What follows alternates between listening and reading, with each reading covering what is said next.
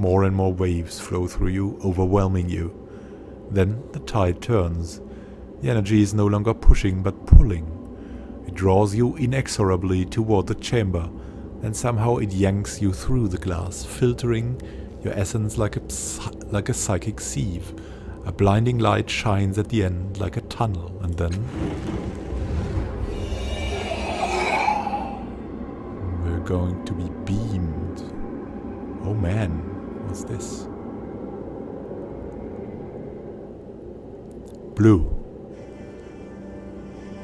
Once you had 24 words for all its hues and shades, metaphors to glaives, capes, and courtesans' eyes. Now the sky is just blue. The ground is stone, the man before you fat. Now all is vague and drab-like. The memorialist sees you've stopped, and he halts as well. Let's have a rest then, he says, passing you a bottle of fortified water as he catches his breath. You knew a word for that too. This drink they brew in the Valley of Dead Heroes. Gun. You aren't far from this cenotaph. Fat man wipes his brow. Deep in your pocket, your hand feels for the round tin that holds the worms. Your fingers clutch it tight, and as they do, they brush a piece of paper. Are you his shadow? The memorialist asks abruptly. Sekin Vanders? I mean, the one you came to see? Without waiting for a response, he barrels onward. We thought he'd cast his shadows among his own kind. We reasoned that with the tabard gone, his line was lost forever. He stops and flushes more deeply, then hastily, with a sign, adds, but shadows fall where they will, as they will.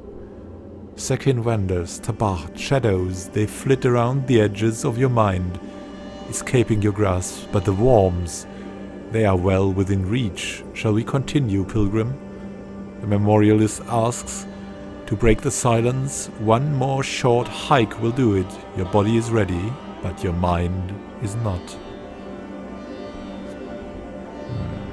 Sekin Vanders, shadows, tabard. We want knowledge about that.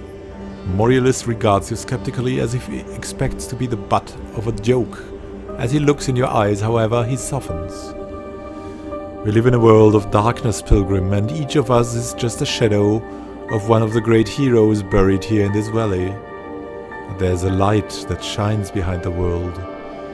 To know it, we shadows must measure ourselves against the heroes who cast us, and thus learn the light that lives beyond. He takes a swig from the canteen. I thought you set out on this pilgrimage to visit the tomb of Sekin Vanders, because you were his shadow, that you wanted to stand before him and find enlightenment. Am I wrong? Are you his shadow or not? Yeah, we're definitely seeking enlightenment, so yes, I'm his shadow. The memorialist smiles. It's a rare honor to join shadow and hero, and a joy for those of us who shepherd pilgrims through the valley. He gestures to the hilltop toward which you've been hiking. Just over that rise is the monument. As for his tomb, you said that the cenotaph would lead the way. I can't see how, but for the famous puzzle breaker of Sega's Cliffs, I'm sure it will be simple. Your mind might still be clouded, but at least now the form of things has become clearer. Let's go, I want to see the cenotaph. As you follow the memorialist up the crumbling path, he carries on about a time and all the roads in the valley were as well paved as the streets of Sega's Cliffs. Then, reaching the hill crest, he falls into reverential silence. When you catch up, you see the sight that awed him even for the 1000th time. A clutch of exquisite monuments ranging from vast to miniature, from abstract to eerily lifelike.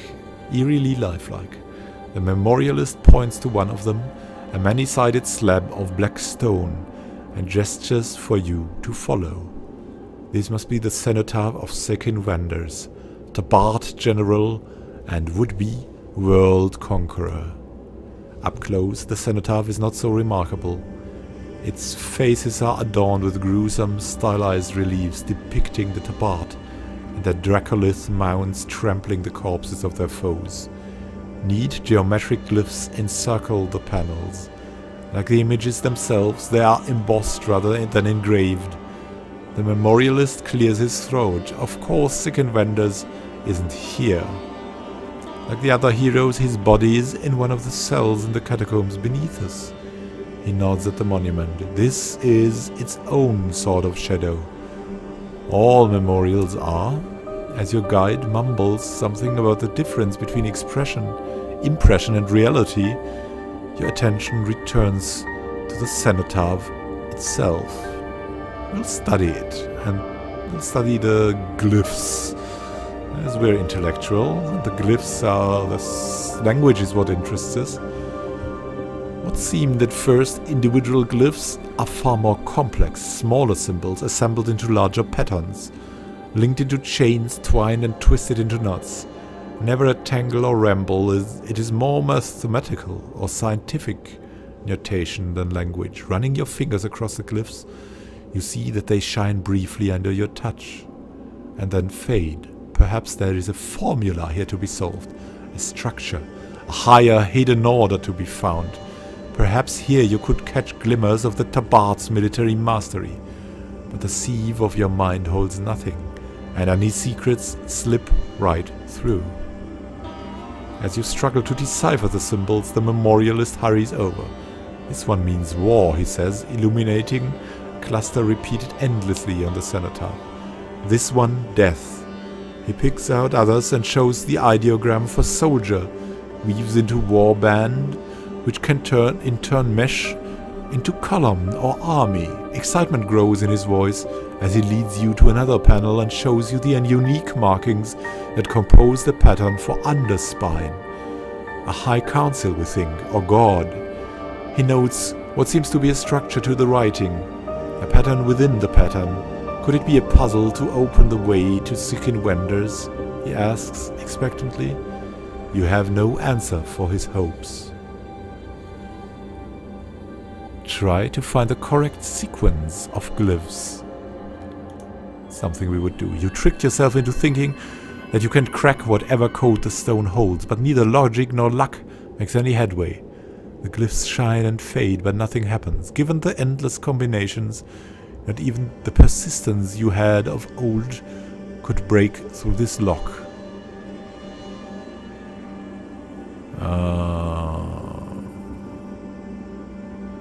We'll try this again. Once again, you guess a possible series of glyphs might provoke some reaction from the cenotaph. If there is a key, you do not find it. We will not falter. Alright. Then let's examine the paper in our pocket. Maybe there's some hints on that. Slip the crisp, neatly folded sheet from your pocket and carefully open it. I'll want the worms, but I'll be strong. I will wonder what I have lost. They will only rob me further. I will endure, and I will build the tower of my intellect anew. Sekin Vanders will furnish the material. The mind link, not the worms, will be my tool. The mind link, a dead-eyed trader sold it for the last of your once great heap of prizes and bounties. Now it's slung from your belt, a hideous mask with a synth tube, hanging off it like some Satoshi tentacle.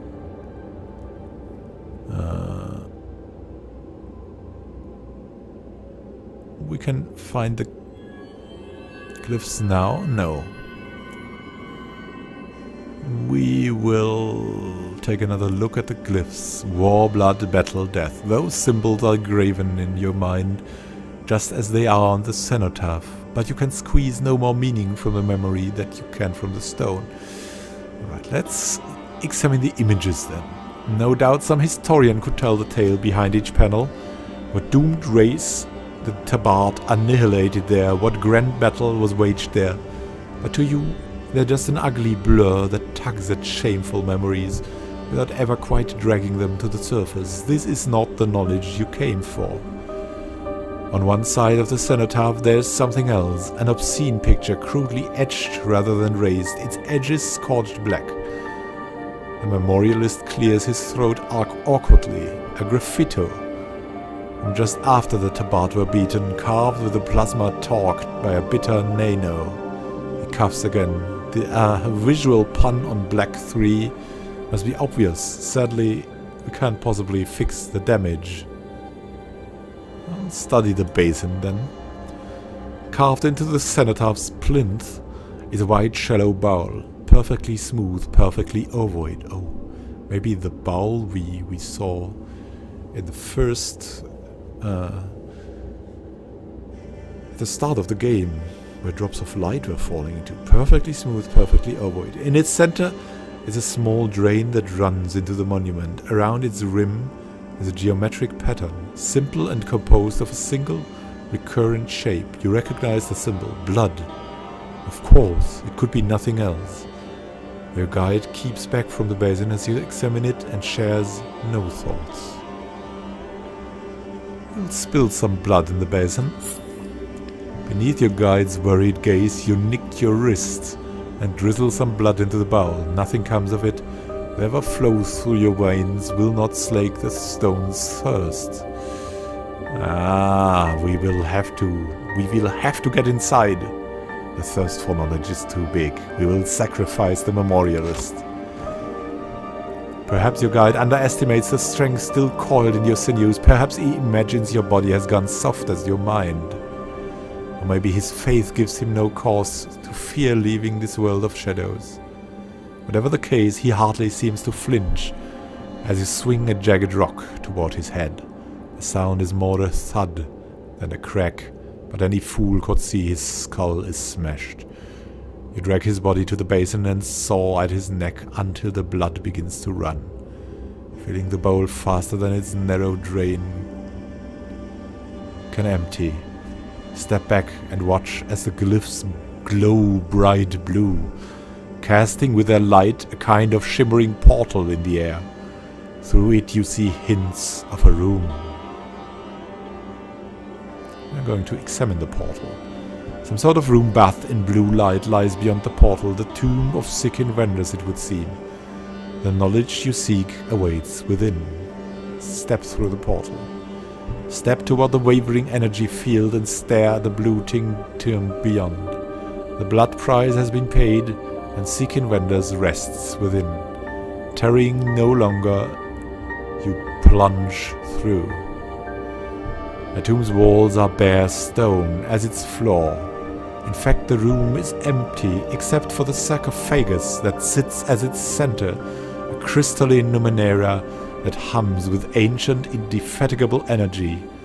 Bathed in the portal's light, the room feels almost underwater, a sensation heightened by the air's unnatural white. Study the sarcophagus. The sarcophagus is divided into 3 parts: a wide bier, an elongated pentagonal coffin, and a curved lens-like lid. The bier is decorated with familiar glyphs. You recognize war and death and purity among them, but these designs hold little interest.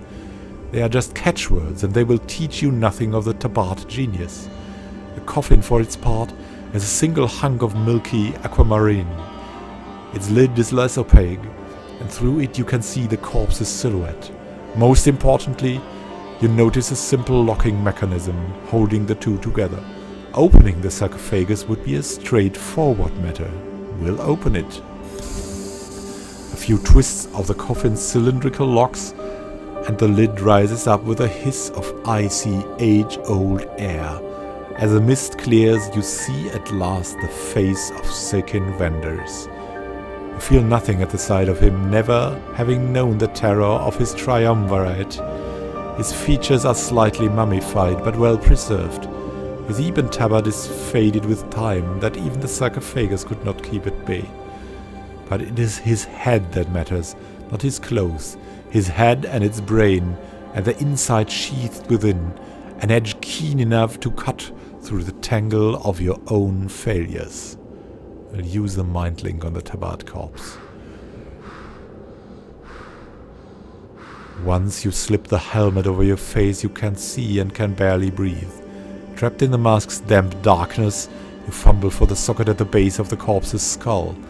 At last you find it, and still struggling try to bring the conduit tube into contact. Suddenly the darkness explodes with light. The nebulous patchwork glow of your own mind, and beyond it, the glorious mandala formed by the thoughts of Sekin Vanders. A mote emerges from that pattern, and a confused voice whispers, "You are not the underspine." Almost instantly, the geometry of his mind transforms into a star fortress, from whose bastions dagger-like shapes stream forth. "You will not taint my thoughts," a tabard voice rumbles as his fleet soars toward you. There's no time to try and reason with him. That would ever be possible.